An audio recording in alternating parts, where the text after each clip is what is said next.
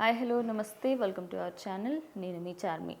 Present ఎప్పటి నుంచో అమరావతికి సంబంధించి గత ముందు 5 సంవత్సరాలలో వైఎస్ఆర్సీపీ ప్రభుత్వం ఉన్నప్పుడు వైఎస్ఆర్సీపీలో ఒక్క అభివృద్ధి పథకం అంటే ఒక్కటి కూడా కాలేదు. 3 క్యాపిటల్లు అని చెప్పేసి ఒక్కదాన్ని కూడా అభివృద్ధి చేయలేరు అని చెప్పుకోవచ్చు.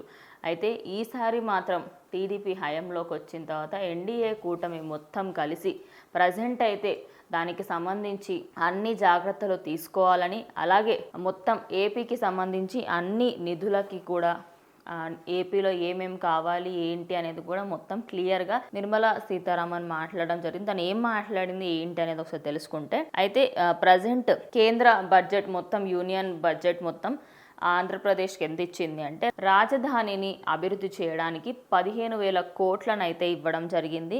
దాంతో పాటు ఇంకా ఎక్కువగా మధ్యలో దేనికైనా కావాలి అంటే దానికి సంబంధించి కూడా ఇస్తారు. అలాగే పోలవరానికి సంబంధించి కూడా సంపూర్ణ సహాయం అందిస్తామని, దానికి సంబంధించి ఇటు గవర్నమెంట్ సైడ్ నుంచి ఫుల్ సపోర్ట్ ఉంటుందని కూడా చెప్పారు. ఆంధ్రప్రదేశ్ రాష్ట్ర రైతులకు అలాగే ప్రతి ఒక్కరికి కూడా పోలవరం అనేది జీవనాడి కాబట్టి దాంట్లో అది ముందు కంప్లీట్ అవ్వాలి. దానికి సంబంధించి ఎంత బడ్జెట్ ఏంటి అనేది కూడా ఇందులో మీరు అన్నీ చూసుకోగలరు. దీనికి సంబంధించి మొత్తం క్లియరెన్స్ ఉంటుంది అని కూడా చెప్పడం జరిగింది. భారత ఆహార భద్రతకు ఆ ప్రాజెక్ట్ ఎంతో కీలకమైంది అని అటు నిర్మలా సీతారామన్ చెప్పడంతో, అది మాత్రం ఇప్పుడు ఏపీలో అటు ఆహారానికి సంబంధించి లేదా ఏదన్నా గూడ్ సప్లైకి సంబంధించి ఏదున్నా కూడా అటు మంచిగా ఫార్మర్స్కి నీళ్లు అందడము అన్నీ అనుకూలంగా ఉంటే ఆంధ్రప్రదేశ్ ఇంకొక మెట్టు పైకి ఎక్కుతుంది అనుకోవచ్చు. అలాగే ఏపీలో వెనుకబడిన ప్రాంతాలన్నిటికీ కూడా ఖచ్చితంగా మేము సహాయం చేస్తాము.